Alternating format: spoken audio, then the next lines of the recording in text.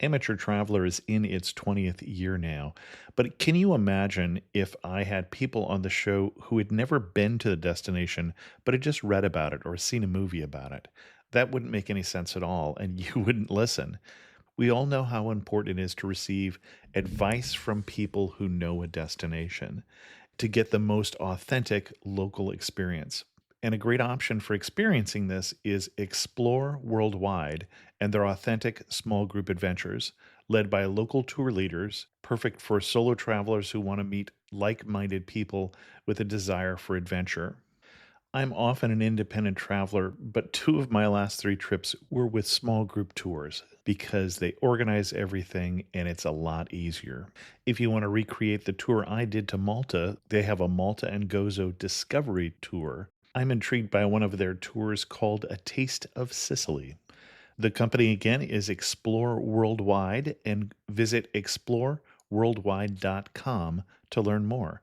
And thanks to Explore Worldwide for sponsoring this episode of Amateur Traveler.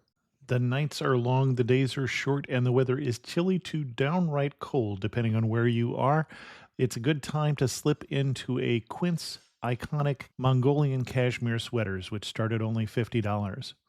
You can treat yourself to everyday luxury at an affordable price with Quince. If you really want to dive into luxury, you can check out their leather handbags, washable silk shirts, and European linen sheet sets. Whatever you're looking for at Quince, all the prices are 50 to 80% less than similar brands, and they do that by partnering directly with top factories and cutting out the middleman. They only work with factories that use safe, ethical, and responsible manufacturing processes. And of course, they use premium fabrics and finishes for that luxury feel in every piece. But you've already heard me rave about my Quince travel pants. Treat yourself this winter without the luxury price tag. Go to quince.com/traveler for 365-day returns plus free shipping on your order. That's QUINCE.com/traveler to get free shipping and 365-day returns. Quince.com/traveler. And thanks to Quince for sponsoring this episode of Amateur Traveler. Got my bags packed, I'm on a roll. I'm heading out there and I'm ready to go. I'm looking real good in my passport photo. Oh, no. Amateur Traveler, episode 250. Today, the Amateur Traveler talks about warm water, white beaches, and the relaxed vacation to the Gulf Coast of Florida. Got to sit in one more cafe. I know that I should be heading home, but maybe not today.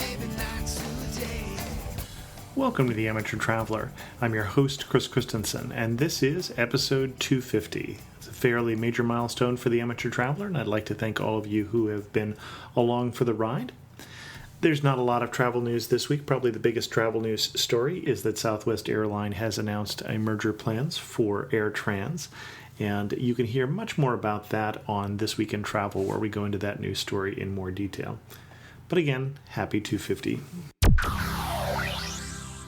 I'd like to welcome to the show Chuck Pravat, who's come to talk to us about northwestern Florida. Chuck, welcome to the show. Thank you, Chris. And Chuck is somebody who's been a listener to the show so long and actually written some articles for the Amateur Traveler that he could have convinced me that we'd actually talked before or actually met, but I don't think that's the case. And you know that I'm from California, so let's face it, I'm supposed to not be a big fan of Florida, but you're going to convince me that this part of Florida is a really great place to go to vacation. Well, I'm sure going to do my best to, yes. So first of all, what region of Florida we're talking about? All right, we're talking about Northwest Florida, which is the Panhandle area of Florida. Mainly, it rolls from Apalachicola west to the Alabama-Florida border. Okay. And before we get too far into this, some people are thinking Florida, Gulf Coast Florida, and immediately went to big oil spill, which happened there this summer. You actually have been there this summer. Yeah, I was there the second week or third week of August this year. The oil spill, the main impact it's had on Northwest Florida is strictly economic. People haven't been going to the beach in Florida. When we were there, the beaches were just as sugar white as they've always been. The only thing that wasn't there was the crowds I was expecting. Okay. And I just wanted to get that out of the way right away because before people tuned out and thought that immediately that was someplace that they wouldn't go. So that being said, Why should I go to Northwest Florida? The Northwest Florida area is easily some of the prettiest beaches in the United States. The sand is literally sugar white. It is absolutely gorgeous. The water between Panama City Beach, Florida, and the Pensacola area is a deep turquoise blue like you'll see in the Caribbean. There is, it always has the sea breeze. So if you want to go to the beach and get away from it all, you can do it there down on the Apalachicola side near St. George Island. It's very non-commercial, not built up at all. You can then go, if you want the nightclubs and the places to party and the really built up area, you can go to Panama City Beach where they have all of that. Or if you want just a little more laid back, but not as out of the way as St. George Island, you go to the Destin and Fort Walton Beach area where they have, some of the amusements and the water parks and things like that, but you can still on the beach and just relax and not really see all the commercialism. And then you go on further over to Pensacola. It gets a little more commercialized over there again. So you kind of got the whole gambit right there within 150, 125 miles of each other. Okay. And you have a favorite in those areas, or you've been to all of them and love all of them, or what? My personal favorite is the area around Destin, Florida. Okay. But yeah, I've been to all of them. They all have their pluses and minuses. If you're going to go down to Northwest Florida and go scuba diving, you're better off in the Panama City area. There's just more wrecks and things offshore to dive on. And also you're closer to, if you're just learning to dive or you happen to be a scuba instructor and you're bringing students down there, they have the natural springs, Vortex Springs and Morrison Springs in that area, places where instructors can take their students. If you're just kind of want to lay on the beach and relax, which is my kind of favorite, Destin is the place to go. I mean, it's just a beautiful, quiet, they call it the luckiest fishing village in the world. And it's, 15 miles of just, beach you can lay on and have a good time. Okay.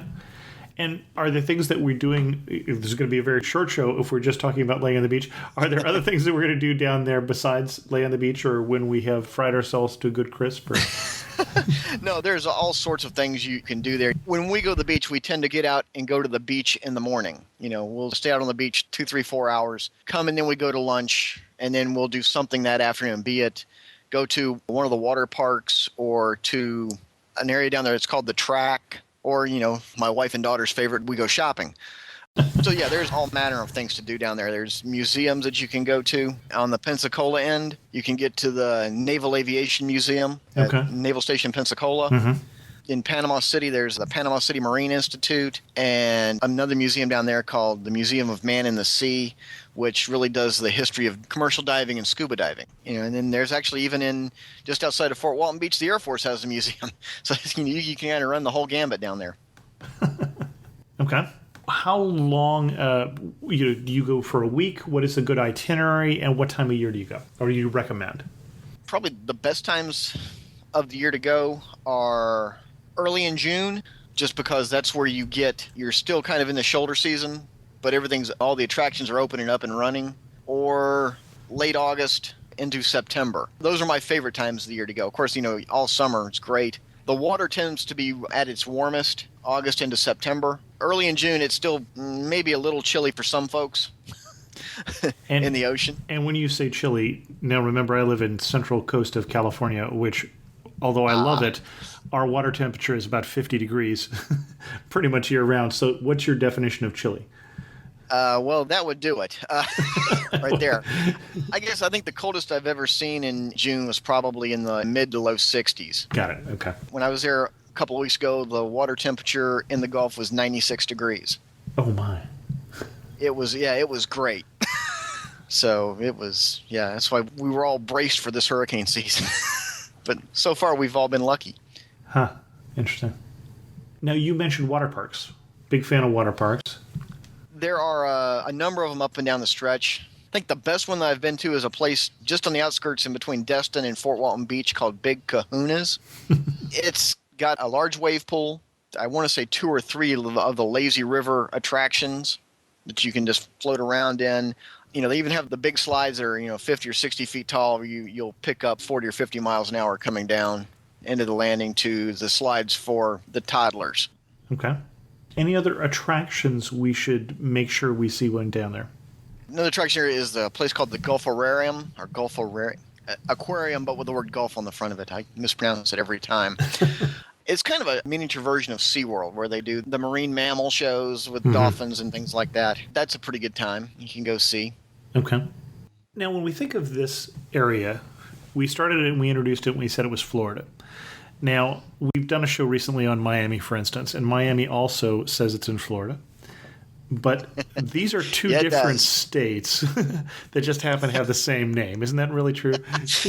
It really is. There is a huge difference in Northwest Florida and South Florida and the Miami area.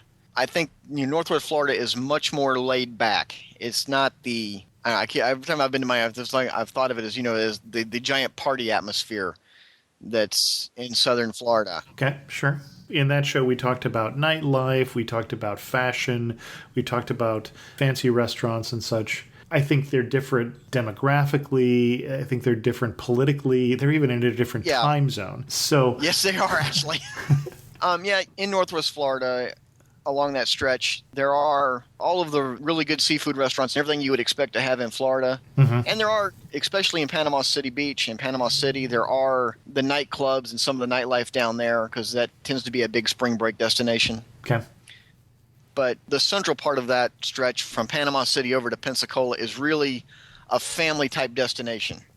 Okay. The whole area is really geared towards families going and enjoying their week of vacation at the beach every year. Okay.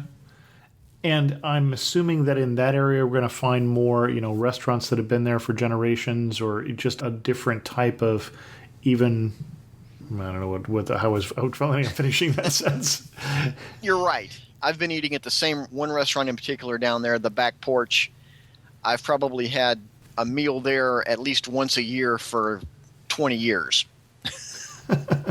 It's a great little place. It started as almost a shack on the beach, and it's now built up to where it's a still open air restaurant right on the beach a place you can come and wash the sand off your feet and come up off the beach and eat, and great food. In fact, I had this grilled amberjack there that was just absolutely wonderful this year. Grilled amberjack. Sorry, don't know what that is. Ah, okay. Amberjack is it's a tropical fish. Okay. You would fillet it and grill it, or some people fry it, and it's not it wouldn't be like a tuna steak that you would get. Okay. Or swordfish. It's a lighter fish than that, but not as light as a whitefish like tilapia or something. Okay. Sounds like it might be similar to a Hawaiian mahi-mahi or something in that type. Very close to mahi, yes. Okay. Okay. Are there other places we should go or dishes we should try, as long as we're on the food topic? In Destin, Harbor Docks, fantastic place to eat. It's right on the Destin Harbor. You look out over the fishing fleet as you're eating. They do a great job of taking care of you while you're in there. In fact, we couldn't find anything for our 3-year-old to eat on the menu, and my wife said, "Hey, can y'all make this?" And they said, "Sure." Just great place, great food. Any of the seafood you get in Destin will be fabulous because it's all, literally at Harbor Docks, you can almost pick it up off the boat right there. Okay. Oh, if you pick it up off the boat, that would be sushi. Yeah, almost, yes. They do cook it for you. Okay. Although I understand there are some places you can get sushi down there. Gulf shrimp, that was a big thing in the oil spill. You heard right. The guys talking about the shrimping grounds being closed. That's true kind of on further west, but most of the shrimping grounds down where the fleet out of Destin fishes have been open, and they're still getting shrimp and oysters in. Okay. Fresh ones in there, just delicious. Only other place I would say you have to go if you're in the area is they have 2 locations. I got to be careful how I say this to make sure it comes out right. It's a restaurant called Fuddpuckers. Yes, I saw that in your show notes there. Okay. It's called Fuddpuckers Beachside Bar and Grill. And it's just a fun place. Like the one particular on the Destin end of the beach, they have a pond of live alligators out front that you can feed while you're waiting for, if you're there at a busy time, you can stand around feeding the alligators while you're waiting for dinner. Okay. Yeah. It's decorated all crazy with all, old road signs and old channel markers and parts of a VW bus. And it's just really a neat place. Okay. In terms of getting around, I'm guessing you'd want a car visiting this area.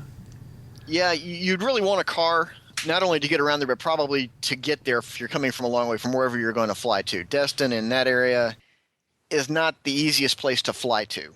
You would probably be better flying into, say, Montgomery, Alabama, and then renting a car and driving down. It's about 2.5 or 3 hours south of Montgomery, just because the airport that serve that, it just tends to be really expensive to fly into them. Sure. Because they're small airports, and it's you fly to Atlanta and get the crop duster to go to Destin or Fort Walton Beach.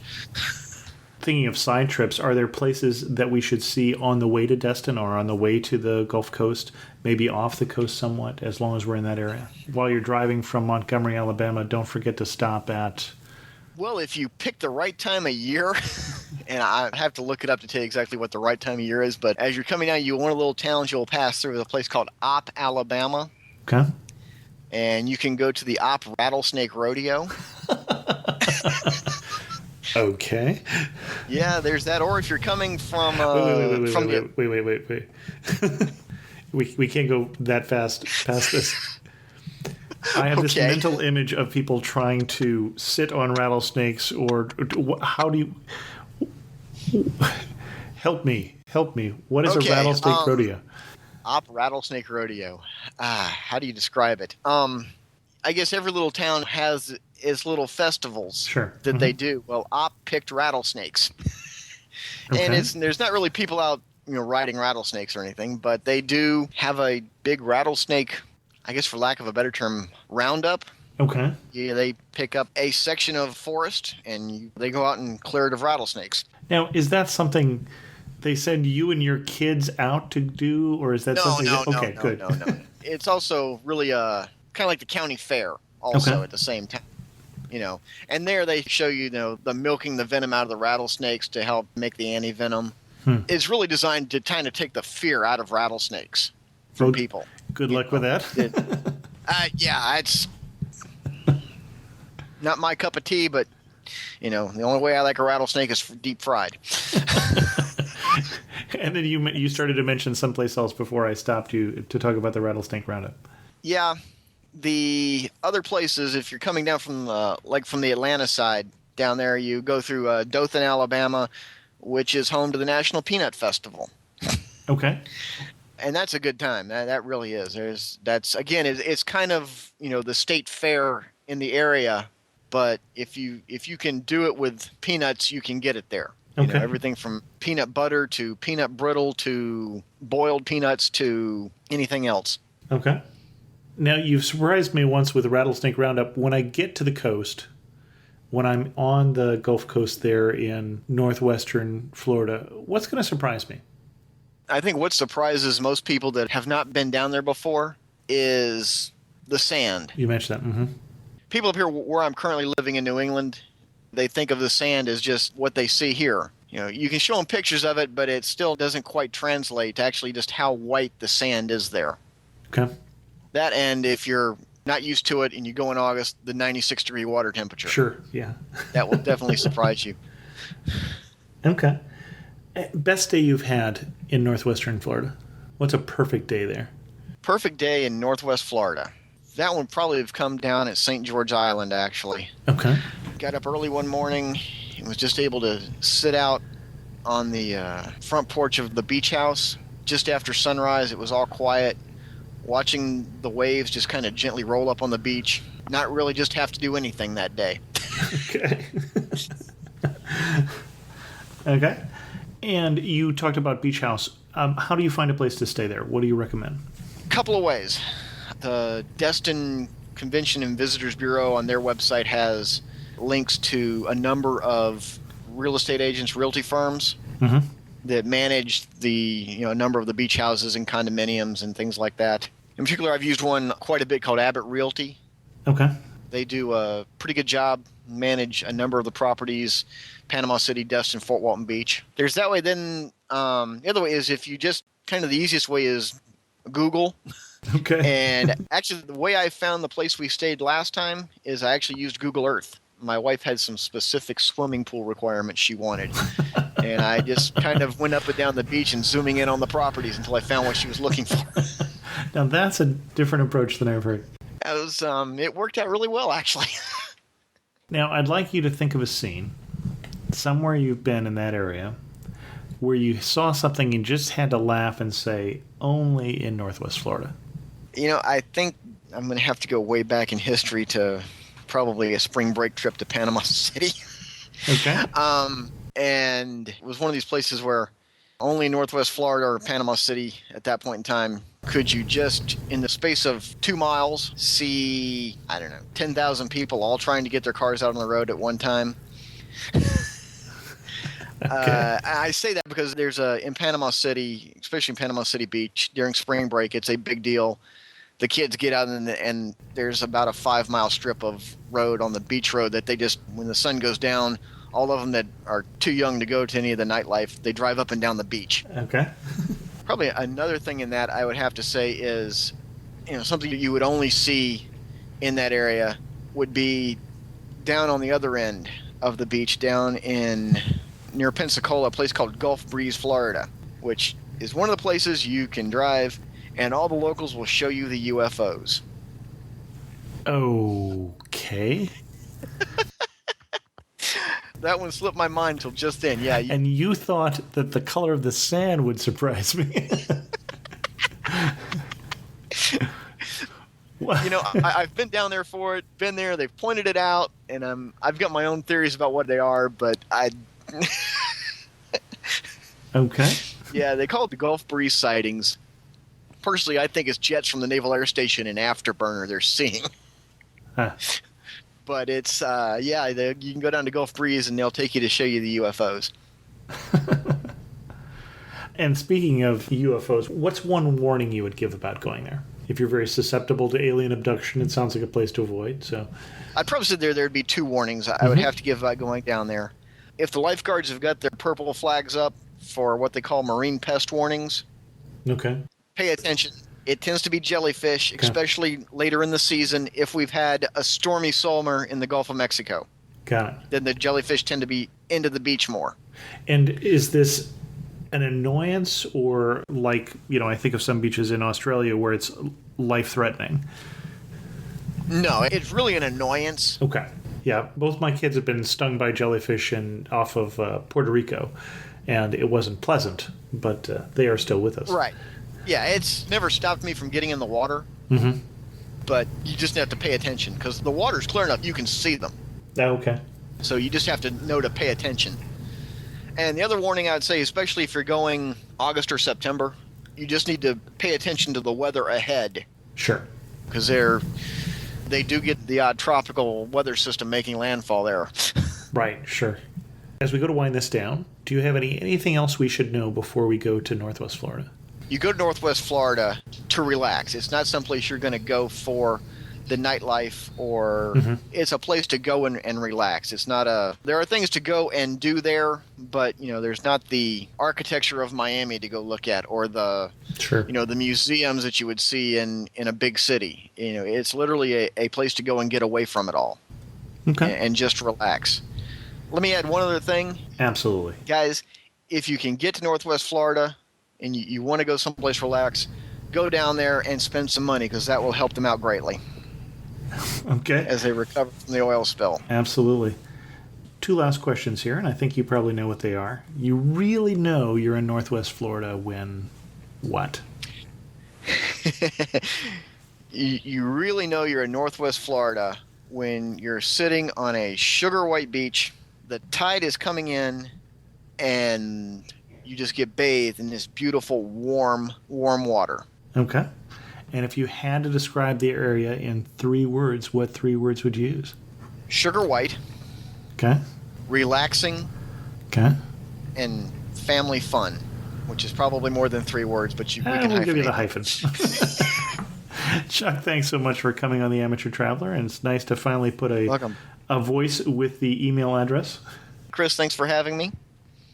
Oh, hey, there's one question that you didn't ask me that I was expecting. Okay. That's the most interesting person I've ever met there. Oh, I don't know why I skipped that one. Sure. And that is a lady named Nancy, and she is the boat captain of a dive boat that goes out of Destin, Florida, called the MV Sea Cobra. And she has been a lifelong resident of the Gulf and runs the tightest dive boat on the Gulf.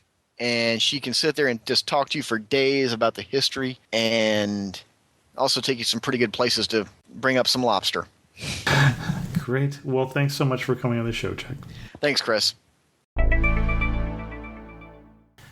In news from the community, I recently got an email from Madeline Jawar, who did that wonderful episode on travel to Sicily, just telling me that someone had contacted her and was changing their travel plans to go to Sicily. I love it when I hear those stories. If you have some place that you are going because you heard about it first on the Amateur Traveler, or at least got your interest piqued by listening to the Amateur Traveler episode, let me know. I'm always interested to see that someone is actually using this show as a resource.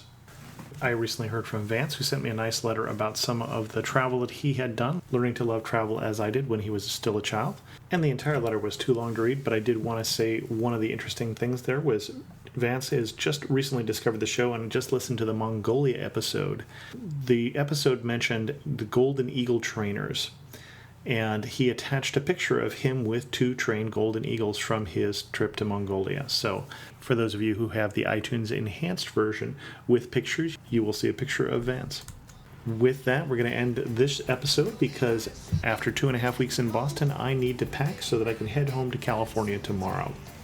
If you have any questions about the show, feel free to send an email to host@amateurtraveler.com or leave a comment on this episode at amateurtraveler.com. You can also follow me on Twitter at Chris2X. And as always, thanks so much for listening.